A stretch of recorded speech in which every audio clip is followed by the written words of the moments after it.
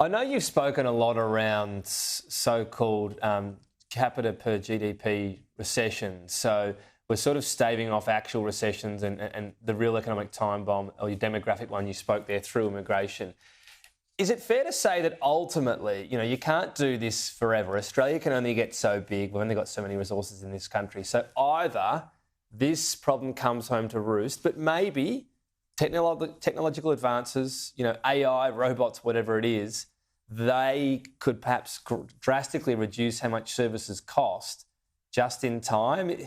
Is that a sort of broad picture race of what we might be facing in the future decades?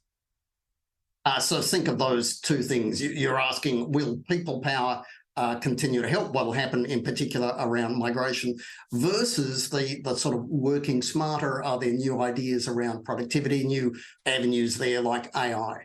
The immigration story, Australia has had better immigration policies and had relatively more migrants than most rich nations.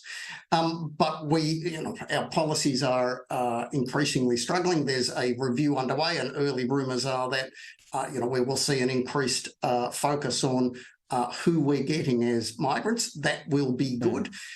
But the other challenge is, getting more people is fine, and I think there is a good case for it. We're just not building the homes, or certainly not where people want to be. We're not building the schools, the hospitals, the roads, and the rest of it. Australia currently growing at a Canberra and a half a year, but not providing the infrastructure. So there are limits there.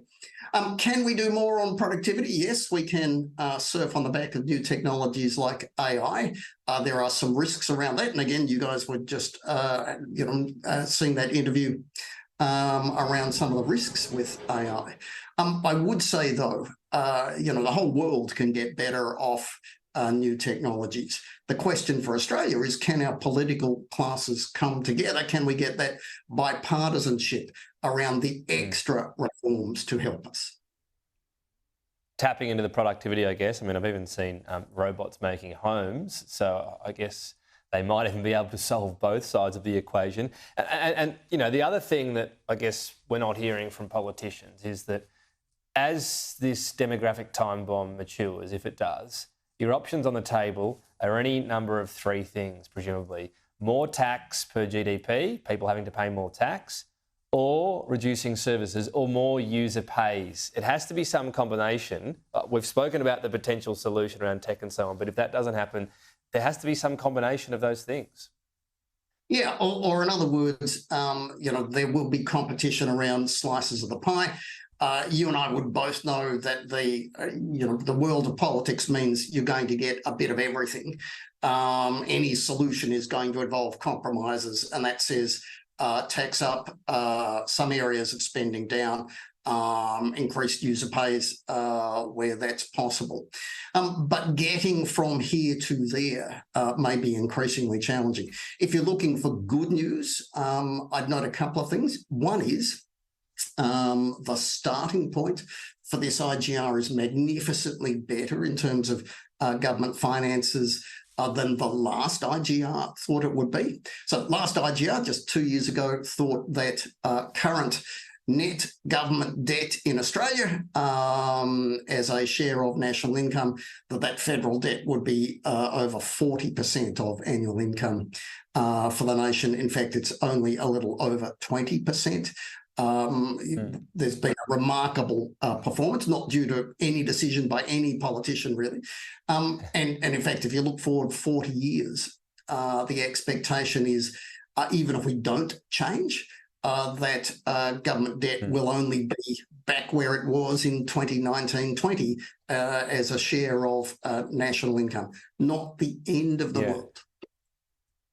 Yeah, the weird power of inflation certainly has helped governments. I guess the other thing I wonder is, so people talk tax reform and they say, OK, GST, because that's the big one, get rid of inefficient taxes, that's the way to help out. And that seems to fall at the first hurdle. Could there be other broader changes that we don't anticipate? Say, a lot of governments around the world are struggling like Australia, and there's a global push for companies to pay more tax. And I can hear them shouting already, we can't afford it. But are there these sort of unknowns that could pop up as well? Because it seems every time we talk GST and tax reform, it lasts for about 2 minutes. And first thing to note is that reform does mean more than tax reform. You know, there are all sorts of tax reforms I would love to see, but remember, we can run our cities much better than we do. We can reduce overlap in federal and state governments. We can price and regulate our infrastructure, including housing, much better than we do. All the way down to things like non-compete clauses.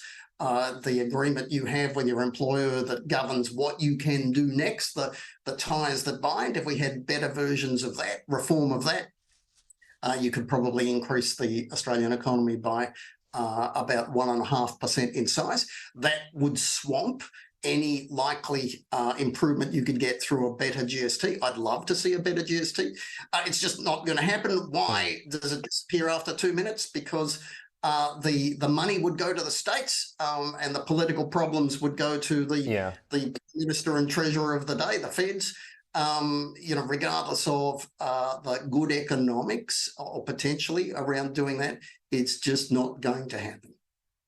Yeah, well, and of course, last time that happened, we were supposed to get rid of payroll tax. Look where we are now. Chris Richardson, good to get your thoughts. Thank you. Thanks, Tom.